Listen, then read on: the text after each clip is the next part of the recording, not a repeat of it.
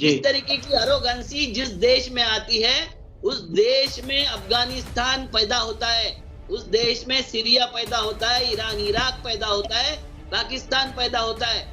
जब भी धार्मिक दंगल होती है, फायदा उसका इन्हीं को होता है, बीजेपी को होता है। अब जी। अगले साल इलेक्शन है 2024 में, इन्होंने कितने जगह दंगल करवाए मैं बता देता हूँ। विरोधी पार्टियों की जहां सरकारें हैं, यहाँ इनको थोड़ा सा भी लगता है कि यहाँ कम ज्यादा हो सकती है, पूरी की पूरी सीटें नहीं मिल सकती है, तो दंगे ये धार्मिक कारणों से होते हैं, धार्मिक जुलूस के बाद होते हैं। धार्मिक जुलूस कौन निकालता है? भगवान श्री राम का मस्कुलर फोटो है कि धार्मिक जुलूस निकलता है जब दंगे होते। धार्मिक जुलूस निकालने का काम जब से ये सरकार आई तब से ज्यादा बढ़ गया है। हर चीज का धार्मिक जुलूस निकलता है। रामनवमी के 3-3, 4-4 दिन धार्मिक जुलूस निकलते हैं और इनकी कंगना बोलती है उखाड़ना है उखाड़ लो। मतलब हम कुछ भी करें, हमारी सरकार है, हमारा कुछ नहीं हो सकता। ये जो अरोगेंसी आई है। नमस्कार दोस्तों, मैं नीरुज चौहान, गांव घुमांड में आपका स्वागत है। एक खबर बहुत तेजी के साथ वायरल हो रही है जिसमें हिंदू महासभा के लोग पकड़े गए हैं। आगरा में गोवंश की तस्करी की जाती है, एक गाय को मार दिया जाता है और उसमें नाम आता है हिंदू महासभा वालों का। हमारे साथ अभी अविनाश काकड़े जी जुड़ चुके हैं, जो कि किसान सेवा संघ के राष्ट्रीय अध्यक्ष हैं और पूरे देश में किसानों के लिए काम कर रहे हैं। अलग अलग राज्यों में लगभग 20 से 25 केस लगे हुए हैं जो कि किसानों के लिए लगे हुए हैं। तो स्वागत है सर आपका, बहुत बहुत स्वागत करते हैं गांव गुआंड में। नमस्कार, राम राम। किस तरीके से देख रहे हैं आप इस चीज को कि एक छोटा सा संगठन देश में इस तरह की बवंडर मचाए हुए है, हर तरफ चारों तरफ हिंदू मुस्लिम, कोई किसान अपने लिए गाय नहीं ला सकता घर पे, और अगर ला भी रहा है तो उसकी चेकिंग इस तरीके से हो रही है जैसे वो आतंकवादी हो। क्या देखते हैं आप, किस इस चीज को किस तरीके से देखते हैं? मैं इस तरीके से देखता हूं कि ये जो दंगे भड़काने वाले होते हैं, संविधान जलाने वाले होते हैं, ये आरएसएस के नफरती चिंटू ही होते हैं। आरएसएस करीबन 200-250 संगठनों के साथ में काम करता है। क्योंकि मैं नागपुर में रहता हूं तो मुझे पता है कि इतने सारे हैं। इनको कहा जाता है हेड्रा हेडेड ड्रैगन, 1000 मुंह वाला सांप। ये सांप पूरा देश को जलाने का काम कर रहा है। और ये कैसे कर रहा है देख लो। हिंदू महासभा के जो कार्यकर्ता है, जब ये हिंदू धर्म खतरे में है बोलते कि नहीं बोलते? आरएसएस बोलते ही ना, हिंदू धर्म खतरे में। जब एक आरटीआई डाला मोनिश जबलपुरे जी ने कि हिंदू धर्म खतरे में है, इसके बारे में आपकी क्या राय है? तो अमित शाह जी के डिपार्टमेंट ने एक जवाब दिया कि हिंदू धर्म खतरे में है, ये कपोल कल्पित बात है, काल्पनिक बात है। और ये आरटीआई के जवाब में होम मिनिस्ट्री लिख के दे चुकी है। चाहिए तो उसकी कॉपी आपको कभी भी दे सकता हूँ, ठीक है? मतलब हिंदू धर्म खतरे में, ये काल्पनिक बात लगती है अमित शाह जी को। शहंशाह और शाह दोनों को लगता है कि हिंदू धर्म खतरे में है, ये हम प्रूव नहीं कर सकते, सिद्ध नहीं कर सकते। फिर क्या चल रहा है, क्यों ऐसा करते हैं? तो देखो, जब भी धार्मिक दंगल होती है, फायदा उसका इन्हीं को होता है, बीजेपी को होता है। अब अगले साल इलेक्शन है 2024 में, इन्होंने कितने जगह दंगल करवाए मैं बता देता हूँ। विरोधी पार्टियों की जहां सरकारें हैं, यहाँ इनको थोड़ा सा भी लगता है कि यहाँ कम ज्यादा हो सकती है, पूरी की पूरी सीटें नहीं मिल सकती है, तो दंगल कैसे करवाते हैं मैं उसके आपको ये देता हूँ, पूरे आंकड़े देता हूँ। ये आंकड़े हैं एनडीटीवी के और द वायर के। इन्होंने बोला है कि दंगा प्रमुखता से दंगे ये धार्मिक कारणों से होते हैं, धार्मिक जुलूस के बाद होते हैं। धार्मिक जुलूस कौन निकालता है? भगवान श्री राम का मस्कुलर फोटो। भगवान श्री राम क्या थे हमारे? तो परिवार वाले व्यक्ति थे, परिवार। राम, सीता और लक्ष्मण, और सामने हाथ जोड़े हनुमान जी खड़े, यही हमने देखे थे बचपने में। तो ऐसे राम को ये आक्रामक राम बनाने का काम किसने किया? बीजेपी ने किया। क्योंकि जो परिवार के साथ में रहने वाले शांति प्रिय राम थे, जो पारिवारिक मूल्य सिखाते थे, जो अपने भाइयों के साथ में, पिता के साथ में, सौतीली माँ के साथ में रहने का जो मूल्य सिखाते थे, उस राम को युद्धोन्मादी बनाने का काम आरएसएस ने किया, क्योंकि उसमें उनको फायदा हुआ। तो ये युद्धोन्मादी राम को बनाते उन्होंने हनुमान जी को भी क्रुद्ध बना दिया। आपके देश में लाखों झंडे आपने देखे होंगे, गुस्से में हनुमान। हनुमान नम्रता के प्रतीक है, हनुमान सेवा के प्रतीक है, हनुमान समर्पण के प्रतीक है। मगर क्रुद्ध हनुमान दिखा दिया। वो लड़ाई भी करते थे हनुमान जी, आपने जो सीरियल देखे होंगे उसमें गुस्से में नहीं करते थे कभी लड़ाई, वो शांति से करते थे, दिमाग ठिकाने रख कर करते थे। मगर ये जो आरएसएस का जो नफरती ने क्लास तैयार किया है, ये हर वक्त गुस्से में रहते, हर वक्त किसी के भी ऊपर गुस्सा है इनका, क्योंकि इनको रोजगार की समस्या है। बाप इनको घर में इज्जत नहीं देता, माँ इनको ढंग से रोटी नहीं देती, क्योंकि ये काम धंधा कुछ करते नहीं है, और चारों तरफ मोदी मोदी मोदी चिल्लाते हुए घूमते हैं।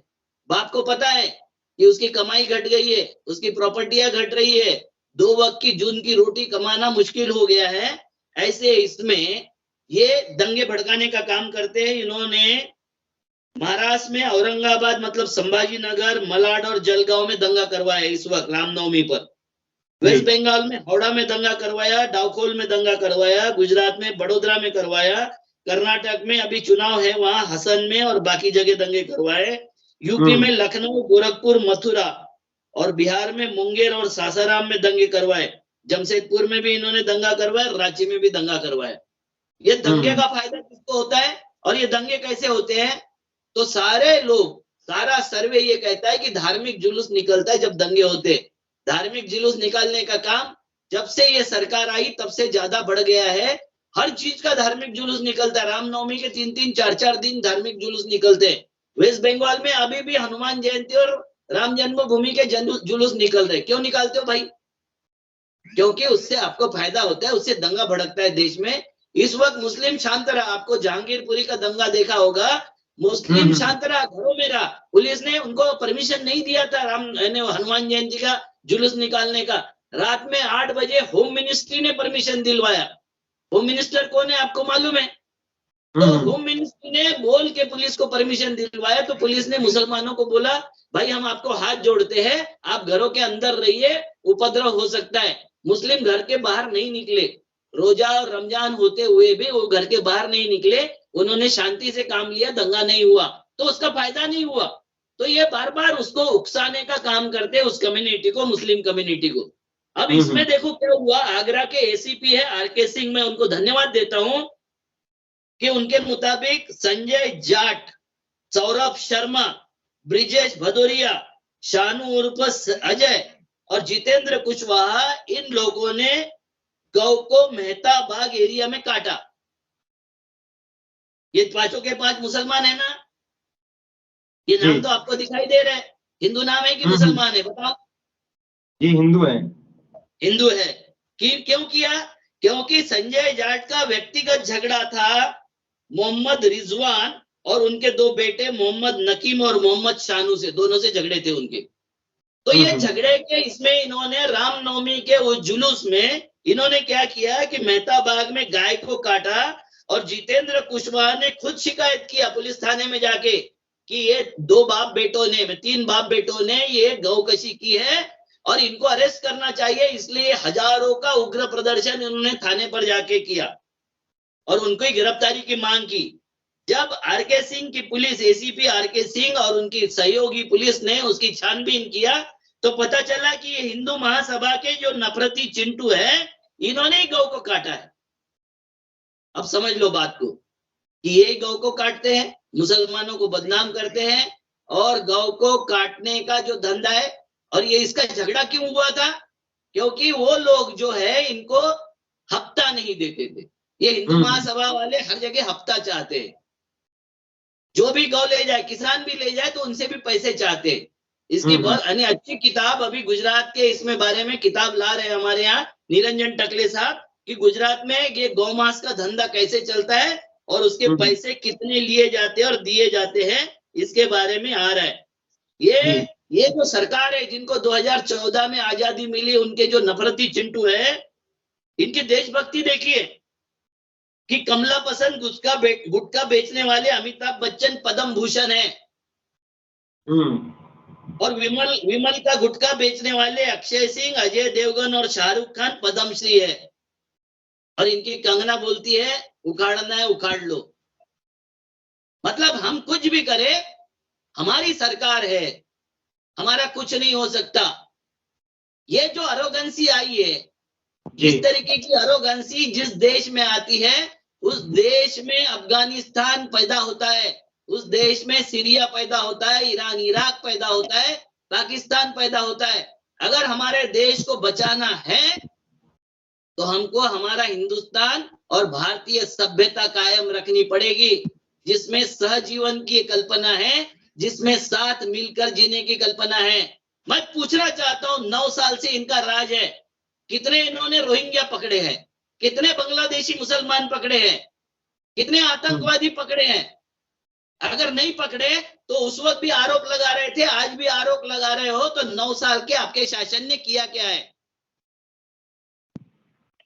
आप कह रहे हैं कि हिंदू इस सरकार में ज्यादा प्रदर्शन कर रहे हैं, ज्यादा जुलूस निकाल रहे हैं। तो हिंदू की सरकार अभी आई है तो किस समय निकालना चाहिए था? क्योंकि अखिलेश यादव के समय में तो आजादी नहीं मिल रही थी। आपने देखा होगा किस तरीके से मुस्लिम उग्र हो जाते थे, हर जगह हिंदुओं को रोका जा रहा था। अब वो अपनी सरकार में कर भी रहे हैं, तो उसमें गलती क्या है? हिंदू की क्या गलती है? क्या कर रहे हैं? गाय काटोगे और उनके ऊपर आरोप लगाओगे? क्या करना चाहिए? सरकार जब आती है तो जिम्मेवारी आती है, सत्ता जब आती है तो जिम्मेवारी के साथ में सत्ता आती है। सत्ता दूसरे पे अन्याय करने के लिए नहीं आती, सत्ता का उपयोग नहीं होता। और अगर उसका उपयोग कर रहे तो राम का नाम लेना छोड़ दो। राम ने तो एक धोबन के कहने पे अपने बीबी को वनवास भेज दिया था। संवेदनशील कितना होना चाहिए राजा, ये राम ने दिखा दिया, तो राम का नाम क्यों लेते हो? आपको क्या लगता है अब जो आने वाला समय है, क्योंकि 2024 के चुनाव भी नजदीक हैं, अब की बार कौन प्रधानमंत्री बनेगा और किस तरीके से देश को चलाया जाएगा? क्योंकि राहुल गांधी देखो, को तो बार बार इतने जल्दी उसका भविष्य करना ठीक नहीं है। मैं कोई भविष्यवेत्ता नहीं हूं। ये एक आधे पंडित से आप पूछ लो जो आपकी हस्तरेखा देखता होगा, कुंडली देखता होगा, तो अच्छा रहेगा। मैं कोई कुंडली देखता नहीं, हस्तरेखा देखता नहीं, मैं सिचुएशन बता रहा हूँ भारत की, कि भारत में वर्तमान अवस्था क्या है। रोजगार पर, महंगाई पर, अशिक्षा पर, अस्वास्थ्य पर कोई चर्चा नहीं हो रही है। यहाँ चर्चा होती है राम की, यहाँ चर्चा होती है हनुमान की, यहाँ चर्चा होती है हिंदू मुसलमान की, यहाँ चर्चा होती है भारत पाकिस्तान की। जी। तो ये चर्चा से हमारा किसी का भला नहीं होने वाला है। हमारे देश में बाप के विरोध में बेटा और बेटे के विरोध में बाप खड़ा कर दिया। दिन भर बाप चौकीदारी करता है, यानी काम करता है खेत पर, और रात में चौकीदारी करता है, क्योंकि दिन भर उसके बेटे ने जो गौ रक्षा के नाम से खुली गाय और खुले सांड पाल रखे हैं, वो उसके खेत को चर न जाए। मतलब बाप का खेत बेटे ने जो इसकी सुरक्षा का जिम्मा लिया उसको चरवा रहा है। और ऐसे कानून इस देश में बना चुके हैं कि जिसमें बाप के विरोध में बेटा खड़ा है। जी जी जी, बहुत बहुत धन्यवाद आपका। आपने हमें समय दिया और समझाया कि किस तरीके से देश का माहौल बिगड़ता जा रहा है, और अगर यही हालात रहे तो देश बहुत जल्द सीरिया, पाकिस्तान, अफगानिस्तान जैसा बन सकता है। तो बहुत बहुत धन्यवाद आपका भ्राताश्री। और आपका एक कोई पिछले वक्त के वीडियो पे पूछ रहा था मैं कौन हूं, तो आपने एक फोटो डाला था, इसमें हिंदू लाल सेना लिखा था। लाल सेना का मतलब कम्युनिस्ट सेना नहीं होता है। इन मूर्खों को ये भी पता नहीं है हिंदू लाल सेना का इतिहास क्या है। कोई कम्युनिस्ट पार्टी का आदमी या आरएसएस का आदमी उसमें नहीं था। भारत के स्वतंत्रता संग्राम में ना कोई कम्युनिस्ट था, ना कोई संघी था। जिनको नहीं अकल, जिनको कुछ समझ नहीं है, ऐसे लोग आके कुछ भी कमेंट्स करते हैं, क्योंकि कमेंट्स करने के 40 पैसे मिलते हैं। जी जी जी।